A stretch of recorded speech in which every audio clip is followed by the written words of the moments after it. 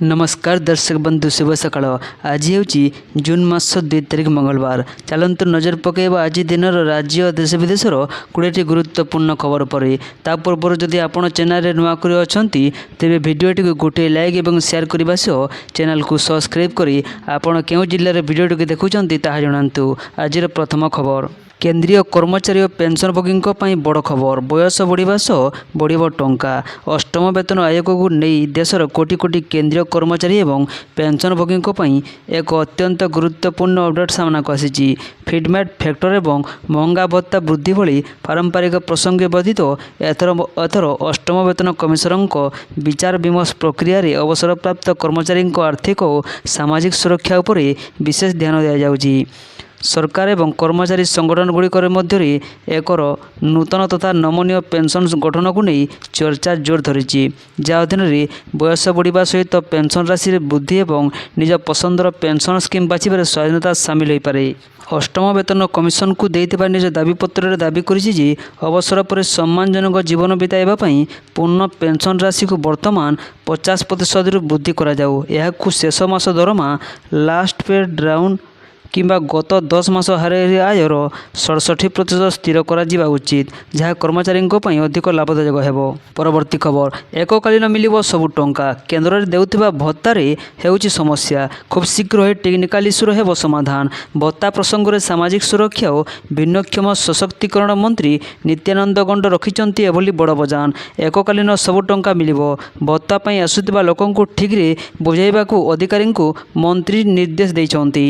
मंत्री कहते यह केन्द्र प्रसंग किसी टेक्निकाल इश्यू भत्ता मिल पारे विलंब होउछि। यार समाधान चली। केन्द्र में देउथिबा भत्तार केवल समस्या रही। एवं तांकर अकाउंट चेंज होउछि, टेक्निकाल प्रोब्लेम आसुछि। खूब शीघ्र एसबुर समाधान हो। बालियंता बर्बरतार तदंत पई पहुंचला 2 जणिया NHRC टीम सौम्यों सांग बापा माँ और मामू को करेंगे पचरा उचरा। जेहेतु केन्द्र एवं भत्ता सिस्टम रे परिवर्तन करने को जाऊँगी, जो ये समस्या रोचे। लोक मैंने धैर्य धरी रुहतु। यार समाधान हो गले थरके सबु टंका मिलिबो। भत्ता हिताधिकारी को अधिकारी माने ठीक बुझाइबा को निर्देश देले मंत्री। परवर्ती खबर बढ़ीगला सिलिंडर दाम। महंगा माड़े आक्रांत हेबे खाउटी। पेट्रोल एवं डीजेल पर बढ़िला गैस दर। पेट्रोल डीजेल और CNG मूल्य वृद्धि पर तैल कंपानी गुड़िक LPG सिलिंडर मध्य दर वृद्धि करिसेंती। वाणिज्यिक LPG सिलिंडर मूल्य प्रति सिलिंडर पिछा 42 टंका पर्यंत वृद्धि करा जायछि। 5 किलोग्राम फ्री डेट LPG सिलिंडर मूल्य मध्य 11 टंका वृद्धि पाइछि।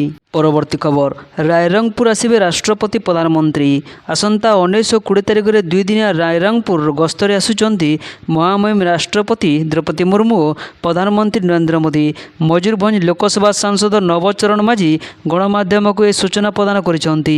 राष्ट्रपति भवन कौन चिठी आसी नथिले मध्य द्रौपदी मुर्मू आसंता 19 तारिख नया दिल्ली एक स्वतंत्र विमान जोगे भुवनेश्वर आसबे बोली सूचना मिली। सेहीपरि 20 जून में प्रधानमंत्री नरेंद्र मोदी वायुसेनार स्वतंत्र विमान जोगे आसबे पर स्वतंत्र हेलिकप्टर जोगे रायरंगपुर पहुंचे। प्रधानमंत्री को राष्ट्रपति स्वागत करेंगे बोली सूचना मिली। बामनघाटी उपखंडर किसी नुआ प्रकल्प को उद्घाटन करने सहित किसी नूतन प्रकल्पर शिलान्यास जोग देवार कार्यक्रम रही नहीं विशेष सूत्र सूचना मिली। राष्ट्रपति और प्रधानमंत्री को गस्त मयूरभंजवासी मन में खुशी लहरी खेली जाइए। परवर्ती खबर कोहली जलवा। लगातार 2 थर ट्रॉफी जीतिला RCB। गुजरात स्वप्न धूलिसात। IPL 2024 टाइटल जीतिला Royal Challengers Bengaluru. Final May 2022 champion Gujarat Titans को सहजरे 5 विकेट हराई लगातार द्वितीय ट्रॉफी जीति। 2025 पंजाब को हराई गुजरात प्रथम थर ट्रॉफी जीतिला। बोलरों शाणित बोलिंग पर बैटरों दमदार बैटिंग बल रजत पाटीदार निज नेतृत्व में RCB को पुणी थे चैंपियन कराइछंती। परवर्ती खबर मुख्यमंत्री 18तम पाଳି अभियोग शुणाणी। 96% अभियोग है समाधान। मुख्यमंत्री मोहन चरण माझी जून 1 तथा आज भुवनेश्वर यूनिट 2 स्थित अभियोग प्रकोष्ठ में जनसाधारण अभियोग शुणी। खरा जो अभियोग शुणाणी कार्यक्रम बंद था बेले आज पुणी थे आरंभ होइछि। आज 18तम अभियोग शुणाणी होइतिला, जो 600 रु अधिक अभियोग ग्रहण करा जाइछि। या पूर्व 16,066 अभियोग ग्रहण करा जाइतिला। सेथिरु 14,046 अभियोगर समाधान होइतिबा मुख्यमंत्री कहिसंती। प्राय 96% अभियोगर समाधान होइछि। परवर्ती खबर आज सरकारी काम व्यवहार ପାଇଁ କେବଳ କିଣାଯିବ ଇଲେକ୍ଟ୍ରିକ୍ ଯାନ। ଆଜିଠାରୁ ସରକାରୀ କାମରେ ବ୍ୟବହାର ପାଇଁ କେବଳ ଇଲେକ୍ଟ୍ରିକ୍ ଯାନ ଇଭି କିଣାଯିବ। ଏନେଇ ନୂଆ ନିର୍ଦ୍ଦେଶନାମା ଜାରି କଲେ ଓଡ଼ିଶା ସରକାର। ଆଜିଠୁ ଏହି ନିୟମ ସମସ୍ତ ସରକାରୀ ବିଭାଗ ପାଇଁ ବାଧ୍ୟତାମୂଳକ କରାଯାଇଛି। ରାଜ୍ୟ ଅର୍ଥ ବିଭାଗ ପକ୍ଷରୁ ପ୍ରକାଶିତ ବିଜ୍ଞପ୍ତି ଅନୁସାରେ ବର୍ଦ୍ଧିତ ଇନ୍ଧନ ଖର୍ଚ୍ଚକୁ ନିୟନ୍ତ୍ରଣ କରିବା ପାଇଁ ଏହି ନିଷ୍ପତ୍ତି ନିଆଯାଇଛି। ପରବର୍ତ୍ତୀ ଖବର, ମହାପ୍ରଭୁଙ୍କ ସ୍ନାନଯାତ୍ରାରୁ ବାହୁଡ଼ା ଯାତ୍ରା ପାଇଁ ନୀତି ନିଘଣ୍ଟ। ଶୃଙ୍ଖଳିତ ପହଣ୍ଡି ଓ ରଥଟଣା ଉପରେ ଗୁରୁତ୍ୱ। ମହାପ୍ରଭୁଙ୍କ ଆଗାମୀ ସ୍ନାନଯାତ୍ରା, ରଥଯାତ୍ରା, ବାହୁଡ଼ା ଯାତ୍ରାକୁ ନେଇ ସରିଛି 36 ନିଯୋଗ ବୈଠକ। ଶ୍ରୀମନ୍ଦିର ମୁଖ୍ୟ ପ୍ରଶାସକ ଡକ୍ଟର ଅରବିନ୍ଦ ପାଢ଼ୀଙ୍କ ଅଧ୍ୟକ୍ଷତାରେ ଅନୁଷ୍ଠିତ ବୈଠକରେ ରାଜେନ୍ଦ୍ରାଭିଷେକଠାରୁ ନୀଳାଦ୍ରି ବିଜେ ପର୍ଯ୍ୟନ୍ତ ନୀତି ନିଘଣ୍ଟ ଅନୁମୋଦିତ ହୋଇଛି। ସଅଳ, ଦ୍ୱାରପିଠା ଓ ଭୋରରୁ ମଙ୍ଗଳ ଆଳତି ଉପରେ ଗୁରୁତ୍ୱ ଦିଆଯାଇଛି। ପରବର୍ତ୍ତୀ ଖବର, ଦେହଜୀବୀଙ୍କ ସପକ୍ଷରେ ସୁପ୍ରିମକୋର୍ଟଙ୍କ ବଡ଼ ରାୟ। ପୁଲିସ ଜୋର ଜବରଦସ୍ତ ଥଇଥାନ କରିବେ ନାହିଁ। ଦେହଜୀବୀମାନଙ୍କ ଅଧିକାରକୁ ନେଇ ସୁପ୍ରିମକୋର୍ଟ ଏକ ଐତିହାସିକ ତଥା ଗୁରୁତ୍ୱପୂର୍ଣ୍ଣ ରାୟ ଶୁଣାଇଛନ୍ତି। ନିଜ ଇଚ୍ଛାରେ ଏହି ପେସା ଆପଣେଇଥିବା ପ୍ରାୟ ବୟସ୍କ ବ୍ୟକ୍ତିଙ୍କ କ୍ଷେତ୍ରରେ ପୁଲିସ କୌଣସି ପ୍ରକାର ହସ୍ତକ୍ଷେପ କରିପାରିବ ନାହିଁ ବୋଲି ସର୍ବୋଚ୍ଚ ନ୍ୟାୟାଳୟ ସ୍ପଷ୍ଟ କରିଛନ୍ତି। ସମ୍ବିଧାନର ଧାରା 21 ଅନୁଯାୟୀ ଦେଶର ପ୍ରତ୍ୟେକ ନାଗରିକଙ୍କର ସମ୍ମାନ ସହ ବଞ୍ଚିବାର ମୌଳିକ ଅଧିକାର ରହିଛି ବୋଲି କୋର୍ଟ ଦର୍ଶାଇଛନ୍ତି। ପରବର୍ତ୍ତୀ ଖବର, କାଳବୈଶାଖୀ ବର୍ଷା ନେଇ ଆଜି ଏହି 2 ଜିଲ୍ଲାକୁ ରେଡ୍ ୱାର୍ଣ୍ଣିଂ। ଆହୁରି 4 ଦିନ ଲାଗି ରହିବ ଏଭଳି ସ୍ଥିତି। ରାଜ୍ୟରେ ଏବେ ଲାଗି ରହିଛି କାଳବୈଶାଖୀ ବର୍ଷା, ଯାହା କେତେ ମାତ୍ରାରେ ଖରା ତାତିରୁ ଆଶ୍ୱସ୍ତି ଆଣିଛି। ସୋମବାର ପ୍ରାୟତଃ ସମଗ୍ର ରାଜ୍ୟରେ ବର୍ଷା ହେବା ନେଇ ପୂର୍ବାନୁମାନ କରାଯାଇଛି। ଏନେଇ 2ଟି ଜିଲ୍ଲାକୁ ରେଡ୍ ୱାର୍ଣ୍ଣିଂ ଜାରି କରିଛି ପାଣିପାଗ ବିଭାଗ। କନ୍ଧମାଳ ଓ ଗଜପତି ଜିଲ୍ଲାକୁ ରେଡ୍ ୱାର୍ଣ୍ଣିଂ ଜାରି କରାଯାଇଛି। ବିଶେଷକରି ସୁନ୍ଦରଗଡ଼, ଅନୁଗୁଳ, ଢେଙ୍କାନାଳ, ନୟାଗଡ଼, ବୌଦ୍ଧ ଆଦି ଜିଲ୍ଲାକୁ ଘଡ଼ଘଡ଼ି ବିଜୁଳି ସହିତ ପ୍ରବଳ ବର୍ଷା ପବନ ନେଇ ଅରେଞ୍ଜ ୱାର୍ଣ୍ଣିଂ ଜାରି କରାଯାଇଛି। ଖୋର୍ଦ୍ଧା ଜିଲ୍ଲାକୁ କାଳବୈଶାଖୀ ବର୍ଷା ନେଇ ୟେଲୋ ୱାର୍ଣ୍ଣିଂ ଦିଆଯାଇଛି। ତେବେ ଜୁନ୍ 4 ପର୍ଯ୍ୟନ୍ତ ରାଜ୍ୟରେ କାଳବୈଶାଖୀ ପ୍ରଭାବ ରହିବ ଏବଂ ଏଥିପାଇଁ ତାପମାତ୍ରାରେ ପରିବର୍ତ୍ତନ ଦେଖାଦେଇଥିବା ସୂଚନା ଦିଆଯାଇଛି। ପରବର୍ତ୍ତୀ ଖବର, IPL 2024 ପୁରସ୍କାର ରାଶି ଘୋଷଣା। RCB ଓ ଗୁଜରାଟ ଟାଇଟନ୍ସ କେତେ ଟଙ୍କା ପାଇଲେ? IPL 2024ର ଫାଇନାଲ ମ୍ୟାଚ୍ ପାଇଁ କ୍ରିକେଟ ପ୍ରେମୀଙ୍କ ଉତ୍ସାହ ଜବରଦସ୍ତ ଥିଲା। ଚଳିତ ବର୍ଷ ରୟାଲ ଚ୍ୟାଲେଞ୍ଜର୍ସ ବେଙ୍ଗାଲୁରୁ ପ୍ରତିପକ୍ଷ ଦଳ ଗୁଜରାଟ ଟାଇଟନ୍ସକୁ ହରାଇ ଲଗାତାର ଦ୍ୱିତୀୟ ଥର ପାଇଁ IPL ଟ୍ରଫି ହାତେଇଛି। ତେବେ ଏହି ଲଢ଼େଇ କେବଳ ଟ୍ରଫି ପାଇଁ ନୁହେଁ, ବରଂ ବିଜେତା ଦଳ ଉପରେ କୋଟି କୋଟି ଟଙ୍କାର ବର୍ଷା ମଧ୍ୟ କରିଛି। BCCI ପକ୍ଷରୁ ମିଳିଥିବା ସୂଚନା ଅନୁଯାୟୀ IPL 2024 ପାଇଁ ସମୁଦାୟ ପୁରସ୍କାର ରାଶି 46.5 କୋଟି ଟଙ୍କାରୁ ଅଧିକ ରଖାଯାଇଥିଲା। IPL ଟାଇଟଲ ନିଜର ନାମରେ କରିଥିବା RCBକୁ ସର୍ବାଧିକ 20 କୋଟି ଟଙ୍କା ପୁରସ୍କାର ଆକାରରେ ପ୍ରଦାନ କରାଯାଇଛି। ଅନ୍ୟପକ୍ଷରେ ଫାଇନାଲରେ ହାରିଥିବା ଅର୍ଥାତ୍ ରନର୍ସ ଅପ୍ ଦଳ ଗୁଜରାଟ ଟାଇଟନ୍ସ ମଧ୍ୟ ଖାଲି ହାତରେ ଫେରିନାହିଁ। ଏହି ଦଳକୁ ପ୍ରାୟ 13 କୋଟି ଟଙ୍କାର ଆର୍ଥିକ ପୁରସ୍କାର ମିଳିଥିବା ସୂଚନା ରହିଛି। ପରବର୍ତ୍ତୀ ଖବର, ବିଜେପିରେ ବଡ଼ ଧରଣର ଅଦଳ ବଦଳ ସମ୍ଭାବନା। ପ୍ରଧାନମନ୍ତ୍ରୀଙ୍କ ବାସଭବନରେ ବସିଲା ବୈଠକ। ପ୍ରଧାନମନ୍ତ୍ରୀ ନରେନ୍ଦ୍ର ମୋଦିଙ୍କ ବାସଭବନରେ ବିଜେପି କେନ୍ଦ୍ରୀୟ ନିର୍ବାଚନ ସମିତିର ଏକ ଉଚ୍ଚସ୍ତରୀୟ ବୈଠକ ଅନୁଷ୍ଠିତ ହୋଇଯାଇଛି। ଆଗାମୀ ରାଜ୍ୟସଭା ଓ ବିଧାନସଭା ପରିଷଦ ନିର୍ବାଚନ ପାଇଁ ରଣନୀତି ପ୍ରସ୍ତୁତ କରିବା ସହ ଦଳ ଭିତରେ ସାଂଗଠନିକ ପରିବର୍ତ୍ତନ ଉପରେ ଏହାର ବିସ୍ତୃତ ଆଲୋଚନା କରାଯାଇଛି। ପ୍ରାୟ 2 ଘଣ୍ଟା ଧରି ଚାଲିଥିବା ଏହି ବୈଠକରେ 10ଟି ରାଜ୍ୟର 24ଟି ରାଜ୍ୟସଭା ଆସନ ଉପରେ ମନ୍ଥନ ହୋଇଥିଲା। ପରବର୍ତ୍ତୀ ଖବର, ପ୍ରକାଶ ପାଇଲା 2024 JEE advance result. IIT Delhi ଜୋନ୍ରୁ ଶୁଭମ କୁମାର ଟପର ହୋଇଛନ୍ତି। 360ରୁ 330 ନମ୍ବର ରଖି ଶୁଭମ ଟପର ହୋଇଛନ୍ତି। ଅଲ୍ ଇଣ୍ଡିଆ ରାଙ୍କ 2ରେ IIT ଦିଲ୍ଲୀ ଜୋନ୍ରେ କବିର ଛିଲ୍ଲର ରହିଥିବା ବେଳେ ରାଙ୍କ 3ରେ ଯତେନ ଚାହର ରହିଛନ୍ତି। ମେ 17 ତାରିଖରେ ହୋଇଥିବା ପ୍ରବେଶିକା ପରୀକ୍ଷାରେ ମୋଟ 1,79,694 ଜଣ ପରୀକ୍ଷାର୍ଥୀ ପରୀକ୍ଷା ଦେଇଥିଲେ। 2ଟି ସିଫ୍ଟରେ ପରୀକ୍ଷା ଆୟୋଜନ କରାଯାଇଥିଲା। ସେମାନଙ୍କ ମଧ୍ୟରୁ 56,880 ଜଣ କୃତକାର୍ଯ୍ୟ ହୋଇଛନ୍ତି। ସଫଳ ପରୀକ୍ଷାର୍ଥୀଙ୍କ ମଧ୍ୟରେ 10,107 ଜଣ ଛାତ୍ରୀ ରହିଛନ୍ତି। ସେହିପରି ଓଡ଼ିଶା ପାଇଁ ମଧ୍ୟ ଏହି ରିଜଲ୍ଟର ଏକ ବଡ଼ ଖୁସି ଖବର ଆଣିଦେଇଛି। ଖବର, ଜନ କି ବାତ ଶୁଣାଣି। ରାଜଧାନୀରେ ବସିଲା ମୁଖ୍ୟମନ୍ତ୍ରୀଙ୍କ ଜନତା ଦରବାର। ଲୋକଙ୍କ ଦୁଃଖ ଶୁଣିଲେ ଲୋକଙ୍କ CM। ଦିଲ୍ଲୀରେ ମନ କି ବାତ ହୁଏ, ଓଡ଼ିଶାରେ ଜନ କି ବାତ ଶୁଣାଯାଏ। ଆଉ ଶୁଣିବା ପରେ ଯାହା ହୁଏ ତା ନାଁ ହେଉଛି ସମାଧାନ। ଆଜି ଆରମ୍ଭ ହେଲା 18ତମ ମୁଖ୍ୟମନ୍ତ୍ରୀ ଅଭିଯୋଗ ଶୁଣାଣି। ୟୁନିଟ୍ 2 ଅଭିଯୋଗ ପ୍ରକୋଷ୍ଠରେ ଅଭିଯୋଗ ଶୁଣାଣି। ମୁଖ୍ୟମନ୍ତ୍ରୀ ଉପସ୍ଥିତ ଅଛନ୍ତି ଉପମୁଖ୍ୟମନ୍ତ୍ରୀ KV ସିଂ ଦେବେ, ରାଜସ୍ୱ ମନ୍ତ୍ରୀ, ଯୋଗାଣ ମନ୍ତ୍ରୀ, ଉଚ୍ଚଶିକ୍ଷା ମନ୍ତ୍ରୀ, ଜଙ୍ଗଲ ଓ ପରିବେଶ ମନ୍ତ୍ରୀ, ରାଜ୍ୟ ସଡ଼କ ପରିବହନ ମନ୍ତ୍ରୀ, ସ୍ୱାସ୍ଥ୍ୟ ସମେତ 14 ମନ୍ତ୍ରୀ ଉପସ୍ଥିତ ଅଛନ୍ତି। ପରବର୍ତ୍ତୀ ଖବର, ଡେରିରେ ଆସିବ ମୌସୁମୀ। ଜୁନ୍ 4 ସୁଦ୍ଧା କେରଳ ଓ ତାମିଲନାଡୁକୁ ଛୁଇଁପାରେ ମୌସୁମୀ। ଓଡ଼ିଶାରେ ବଢ଼ିପାରେ 2ରୁ 3 ଡିଗ୍ରୀ ତାପମାତ୍ରା। ମୌସୁମୀ ବିଳମ୍ବରେ ଚାଲିଛି।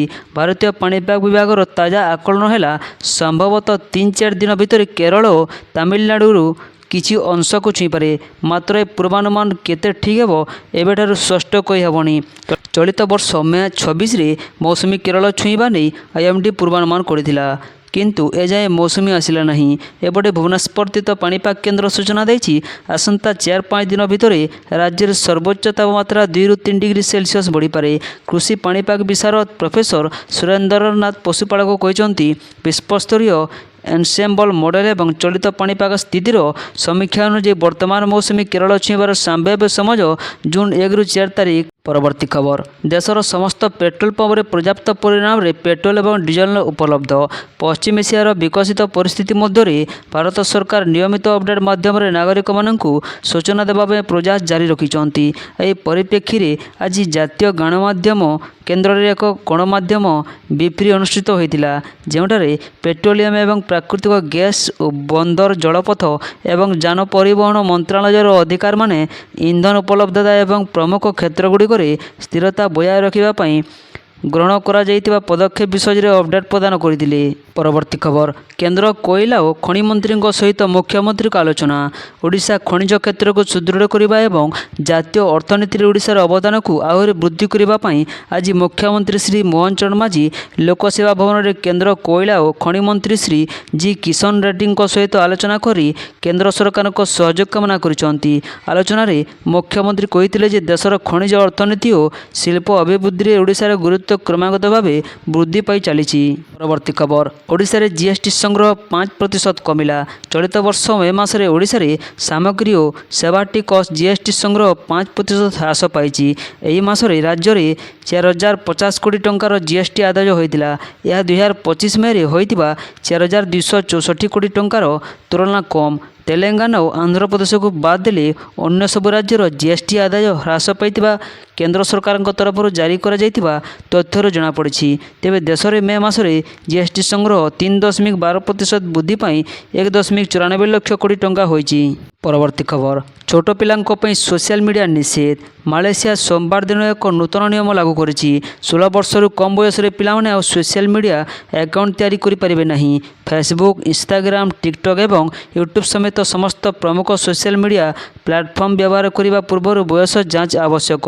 16 ବର୍ଷରୁ କମ୍ ବୟସର ପିଲାମାନଙ୍କୁ ଆକାଉଣ୍ଟ ତିଆରି କରିବା ନିଷେଧ। ଏହି ସରକାରୀ ନିୟମ ଉଲ୍ଲଂଘନ କରୁଥିବା କମ୍ପାନୀଗୁଡ଼ିକୁ 25 ଲକ୍ଷ ଟଙ୍କା ପର୍ଯ୍ୟନ୍ତ ଜରିମାନା ଦେବାକୁ ପଡ଼ିବ।